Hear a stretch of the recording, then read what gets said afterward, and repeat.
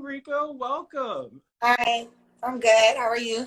I'm great. I was just about to tell the audience that if they have any questions, we can probably get to them later, but use the Q&A feature. It's a lot easier than me like trying to keep up with all the comments coming in. Um, but like, what a day you're having. Money is finally out. How does it feel? I'm really, really excited. I love all the love that I'm getting and stuff. And I just love the fact that everyone loves money. I mean, but who doesn't love money?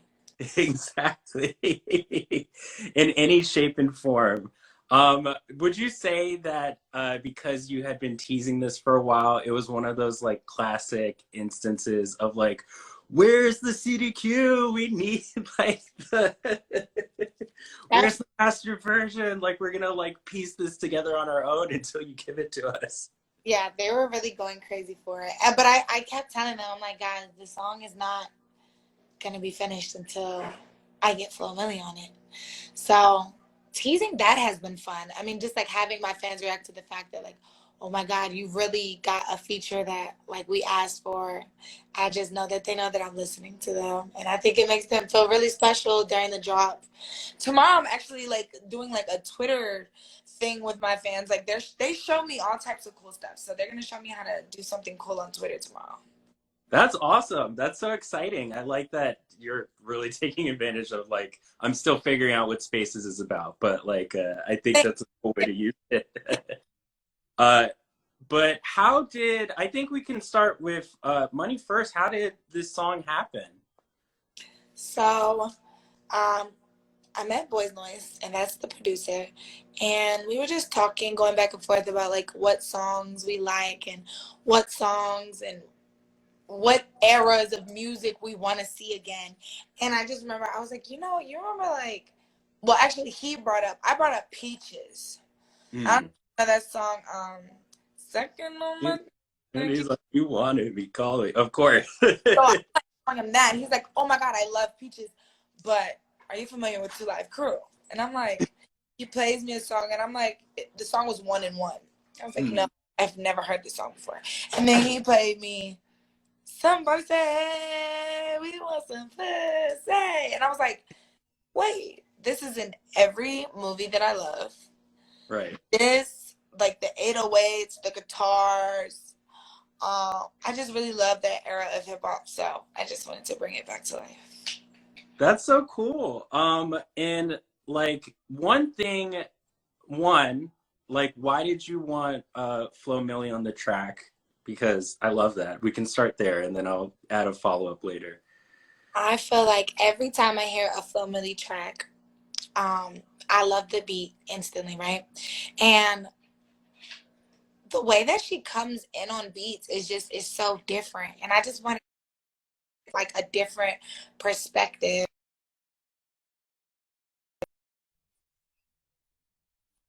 It's a Cinderella shoes situation. Like I don't think anyone could have killed that better than she did. Like she fucking killed it.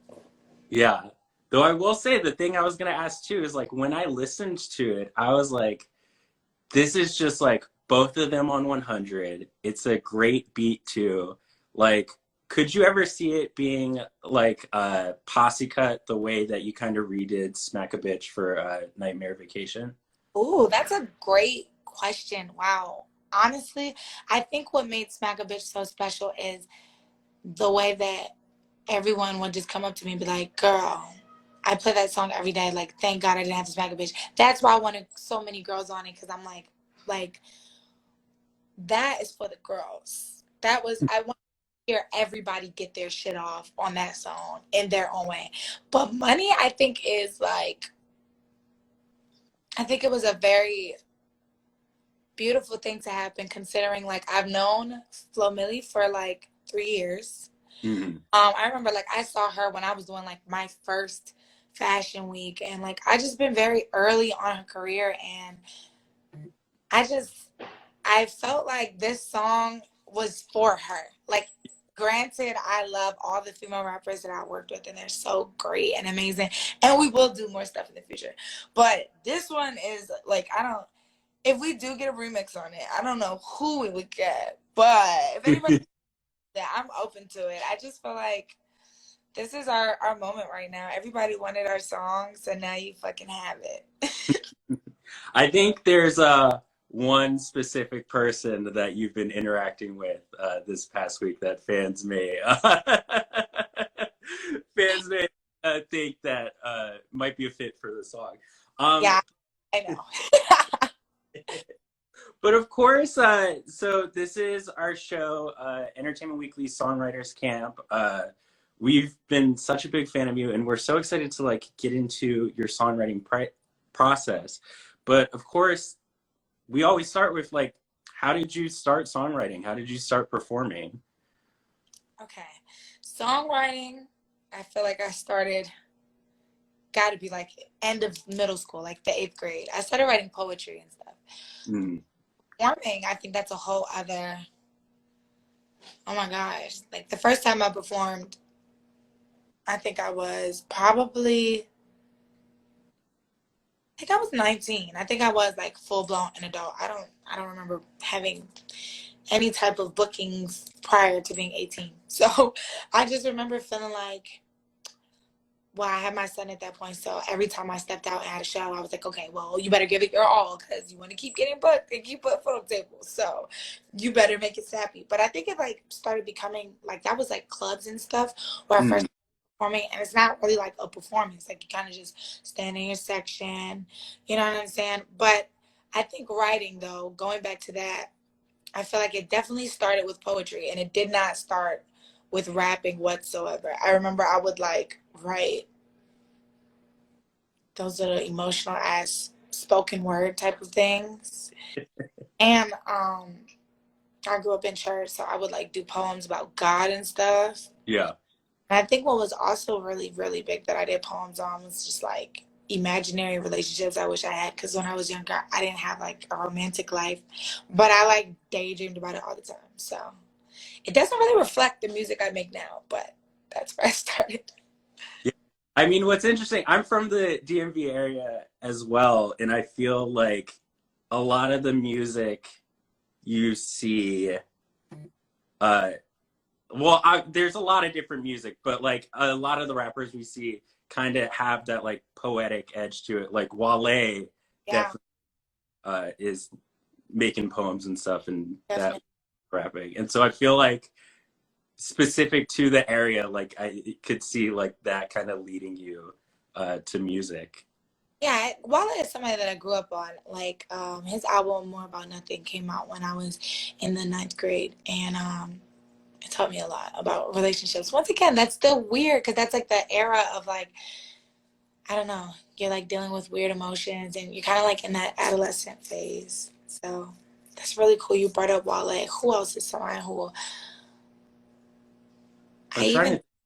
I when I think of DC music, I first go to Go Go, but then I you gotta know think of like the other rappers. I think like Missy being from Virginia, her stuff is super poetic too. Like, I definitely think that there's a heavy influence on like just the arts in general. Yeah. I miss home. Yeah, but also like location wise too. Of course, there's like busboys and poets, and I'm sure there's so many people who like came through Oh my that. God, isn't poet? That's crazy. I used to go there when I was younger. When I was like 17, I used to go there. I used to be Yeah, but I think now like getting into you as an artist, like what is the usual songwriting process for Rico Nasty today? Are you listening to beats first? Are you kind of taking that same like poetry route of like finding song concepts that match some of the tracks you hear? I think that a lot of the times when I start my songs, they're not finished ideas or things that I pre-planned. It just Mm, like happens. And I don't know if I like it better that way because some days I do go in the studio and like if I'm not prepared or have things written, I just don't really have much to say. But I think that's why it's really important that I go to the studio when I'm in like very emotional states and you know what I'm saying, really going through things because I feel like when I'm going and life is great, um, I don't know, it's just not as fun. yeah. Um, and I think another really signature thing about your music is that you have such amazing relationships with producers of all kinds. In approaching music now, do you try to balance out like trying out new producers with working with ones you already have a great partnership with? Like, say, obviously Kenny Beats. Uh, you've done some songs with 100 Gex. Uh, those creative partnerships. Bro, I think it's important to have relationships with the people who it's about to be lit. It's really important to have relationships with people who make your beats because um it's just a fun collab, bro. Like I feel like most of the times when I get beats sent through a beat pack or just like through my email, they don't really get the vibe of how I am in person. A lot of people perceive me to like certain things based on the things that I've made already. And I think the biggest thing for me is working with people who push me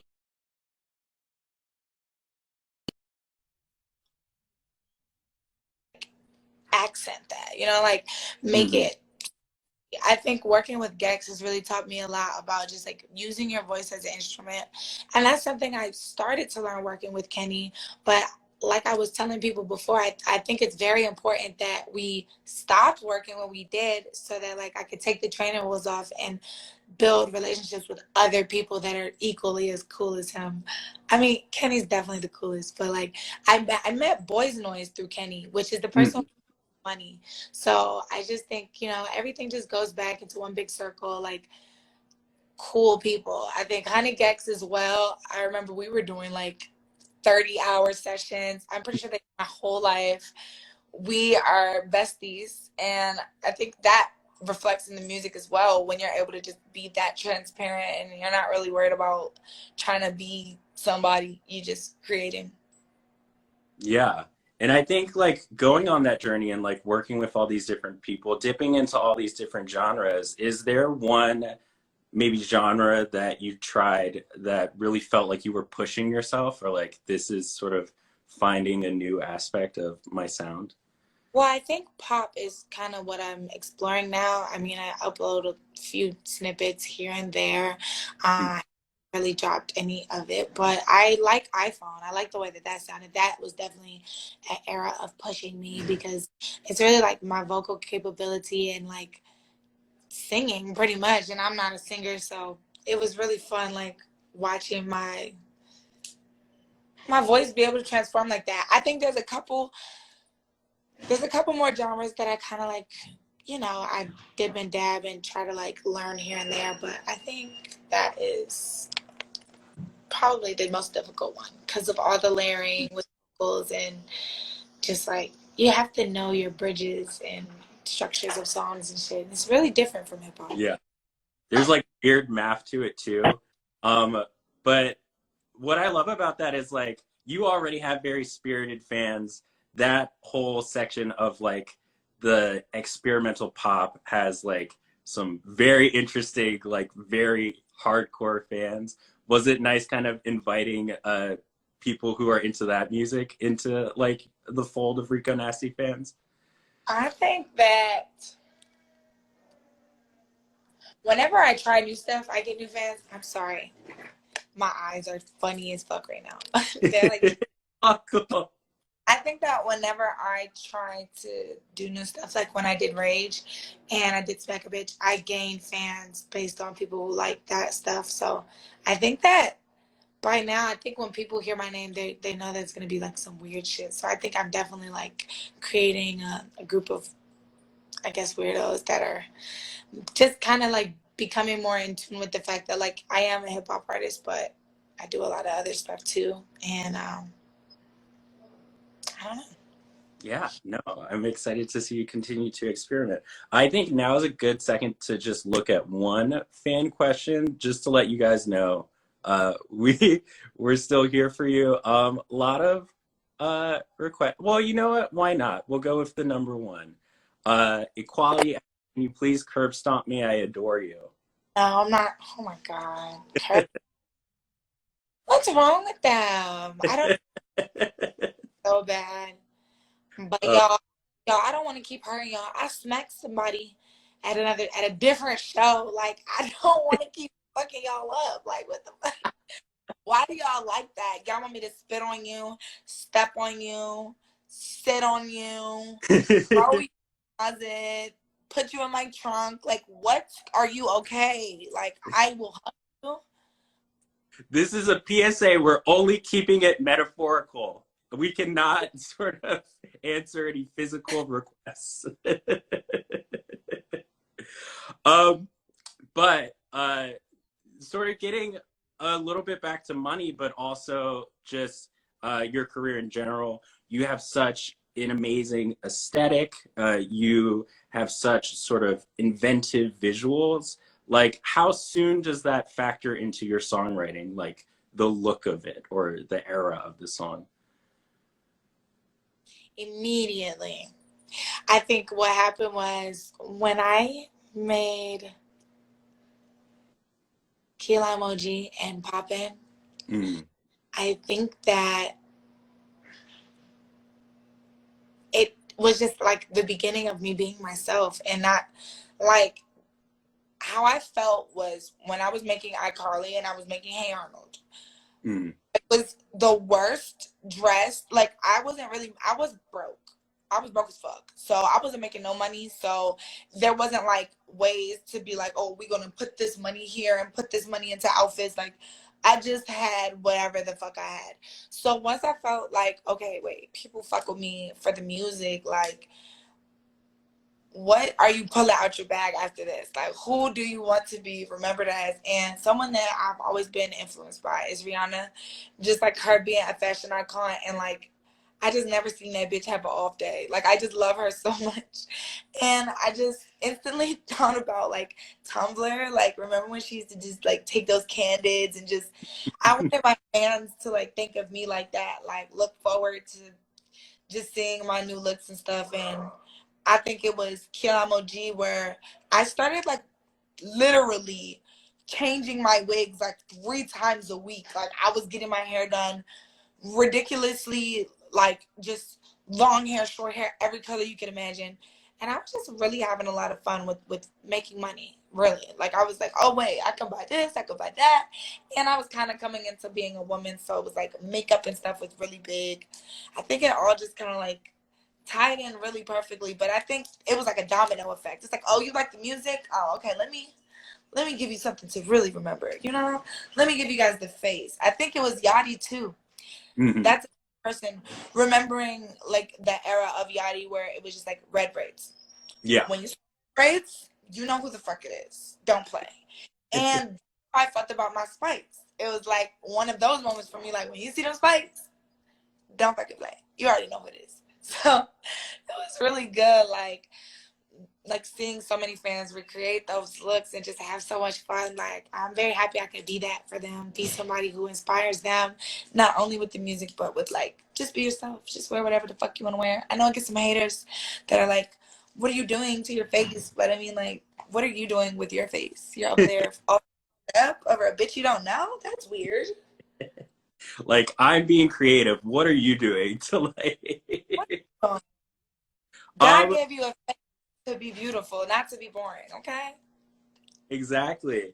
But another aspect of your artistry is your concerts, and I want to know, how has performing music uh, maybe changed how you now write music? Well, I would be lying to say that I don't write music to perform. I literally do. I write music and I go in the studio and I imagine a big crowd with lights and like big speakers thumping by my feet. And I'm just like, what do they want? And I just try to think about the mosh and what people are thinking and what people might be going through prior to, like who they got beef with and they want to shit on somebody or pop shit with they girls. Like, I just try to put myself in a perspective. Oh, Sorry, that I've met at meet and greets and stuff. I think my fans are super. I know my fans are really fucking cool people. So they inspire a lot of the music that I make too. Just like, She drank so. This is a fucking bar from Tia Tamara. She drank so much. Now she's throwing it up, but we don't give a fuck. We still rolling it up. I got a lot of money, but a lot ain't enough. I feel like my fans, like, their nose will bleed. They're throwing up. They're just like, I don't give a fuck. Like, I'm gonna roll up some weed and I'll be back, bitch. Like, they're just super rock star bitches. So I just try to think about them having fun with their girls and just bring it to life. Yeah. And I feel like too, like whenever you see an Instagram story of someone at one of your concerts, it's one of those like major FOMO moments. Like, I wish I was there. This is wild. Yeah. Um, Yeah. but speaking of your fans, let's look at some more questions that are not requests to physically hurt them. Let's see. Oh, okay, I like this. Uh, I think it's Reagan Lee's. Who was your main punk inspiration? And also, I love you. My main punk inspiration is I think by now I think it's gonna just be Joan Jett, because for a while it was Avril Lavigne, and I think it's Joan Jett. She's the originator of a lot of all of this shit, kind of.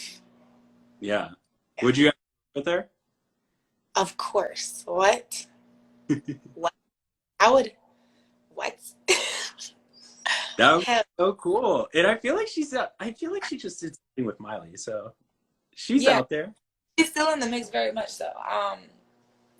She had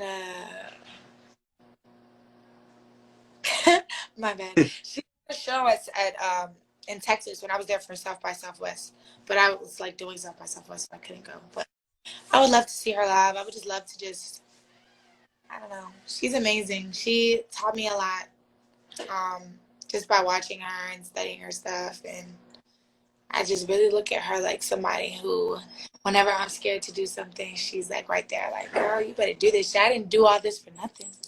Yeah. Let's see what else. Okay, this is cool. EB Nog asks, "What's your favorite album this year?" My favorite album this year.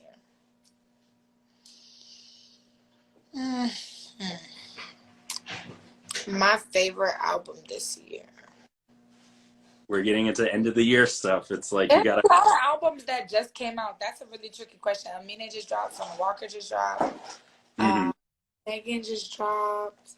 I wish I could like X out of this to go to my music so I could see who I'd be listening. I'm sorry. I listen to a lot of NBA YoungBoy.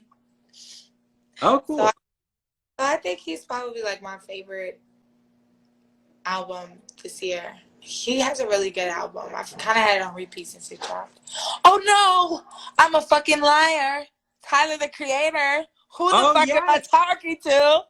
Oh my God. Yes, definitely. And Oh wow. Yeah. No, wait, totally agree. I what also like someone in the comments mentioned Jasmine planet Sullivan. I think is that's a very good album as well.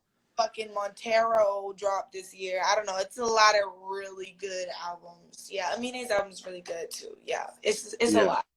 That's a Um, difficult. yeah, I will say EW is doing some like quick speed round questions because we're getting into the holiday season, and so I kind of want to hit them with you. Do you have a favorite holiday movie? Yes, Elf. Why? Which part? Bro, that shit is hilarious. I don't have to explain. That movie is funny as fuck. Yeah. He is literally crazy. Remember the scene where he was pouring sugar on the spaghetti? I love him. I love Will Ferrell. He's hilarious. That's exactly what my mind went to. I was like, she's probably gonna mention his eating habits. Do you have a favorite holiday tradition that you do with family? Yes, I love Halloween and I love dressing up and trick or treating. I like that you went to Halloween. It's a part of the fall. Anything for Thanksgiving, Christmas, or Uh, holidays, I guess. I don't really do. I mean, eat. If I like, what was the point of meeting with all these family members if no one brought no food? I like to eat. I'm a tourist. Yes. Yeah, I'm where the food at? Like, yeah, Exactly. Get to the point. You're on a mission. that's all And eating. then Finally, one holiday song that has to be on your playlist. Last Christmas I gave you my heart, but the very next day you gave it away. This year, save Um, me some years. I'll give it to someone special. I love that song. It is.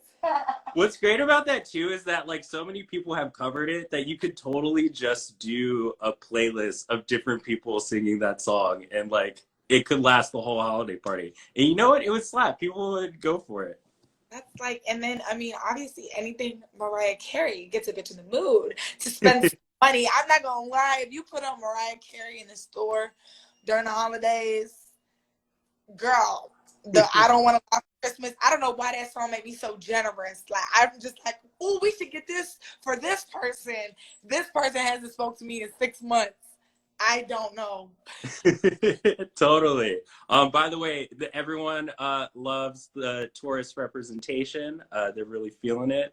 Let's see. Oh, I like this. You mentioned him just now, Diana TTC. Are you gonna collab with Little Nas X? Oh my God, I would love to. He's a busy man. He just gave birth. Fresh. I Who's his His name was Montero, and it's very good. I saw this in the comments, of course, and people would want to know how is RX coming? Is that the name of the new project still? Okay. No. Sorry. I don't even no. We're just no. We're feeling things out, releasing music as it comes. We got money. Let's celebrate that, Yeah. right? Yeah. Beggars can't be choosers. It's like no, I'm just kidding. I'm just kidding. I just feel like I'm taking my time. I'm on tour right now. So I'm trying to find some time. Sure. And Nightmare Vacation like just came. Like I think that was end of the year last year. And so like you've got people your fans have got music. Fresh Yeah. music. Yeah. They're just Um, great, and I can't blame them because I make a lot of music, and they know I make a lot of music, and they're like, "Girl, just give us the music." Blame them. I just wanna give them something to be proud of, and I want to give them something that lasts forever, and something that they can wear on their chest, like this is my girl. You know what I'm saying? Um, yeah. hey, what's so much? This was something that I was interested in. Like hearing your songs, it sounds like you're giving it your all. Of course, when we see you on stage, you're definitely giving it your all. Does that sort of impact the recording process to where like I can't go this hard on the song because I have a concert tonight, or like